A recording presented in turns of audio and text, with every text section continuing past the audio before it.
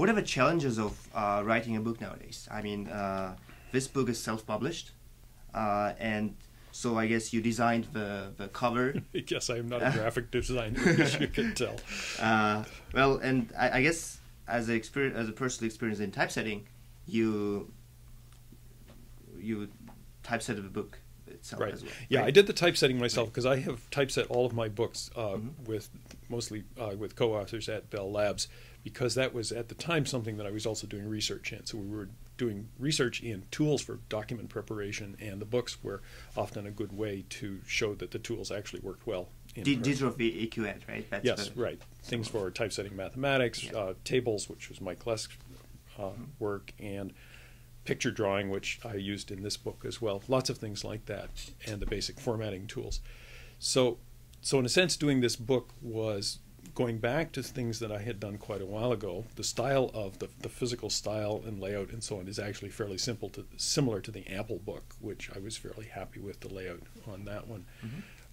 The challenges, it's funny, I wasn't sure for quite a while what I was going to actually do it with, what I was going to produce it with. I started thinking perhaps I'll just do HTML, because HTML sort of formats itself nicely automatically. You don't have to think about it. But that quickly became unworkable. It was too hard to do a lot of the things I wanted to do. So I switched to Word for a while, and Word was very effective for getting a lot of words in quickly. Because I could type very quickly, I could always have a clean looking copy of it. But Word is not suitable for writing books, really. It's too hard to make systematic changes. In many cases, it was uncontrollable. I would make a change at the beginning, and the whole book would reformat in some bizarre way. And so one day I decided I'm going to go back to the devil I know. I guess I had a LaTeX phase in there somewhere too, but I had never really internalized LaTeX. That would have been an option, I think, but I also find it uncontrollable. So finally I went back to the devil I know, and I used ditroff.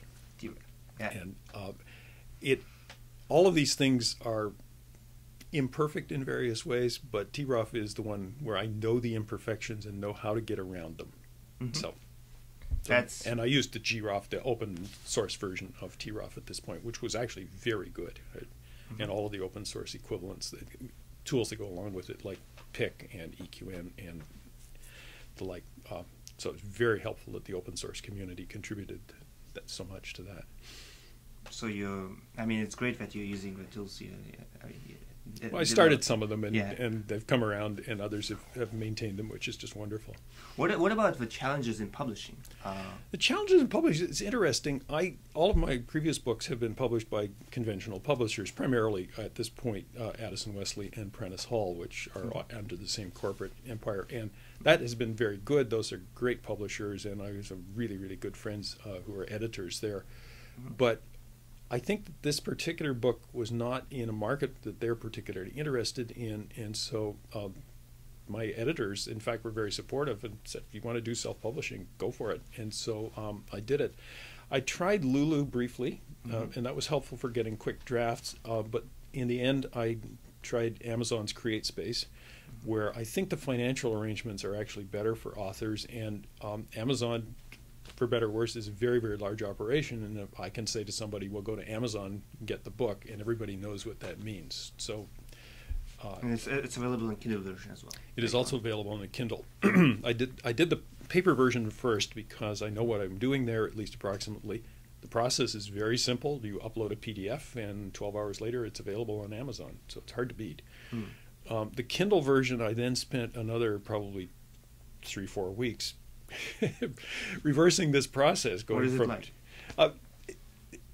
I had to produce a Kindle version. Basically, you're producing HTML. So I started in HTML, went through all of these things that failed to ditroff, and then to go to the Kindle version, I had to go back to the HTML. So I wrote Python scripts that converted my ditroff back into HTML, which is sort of embarrassing.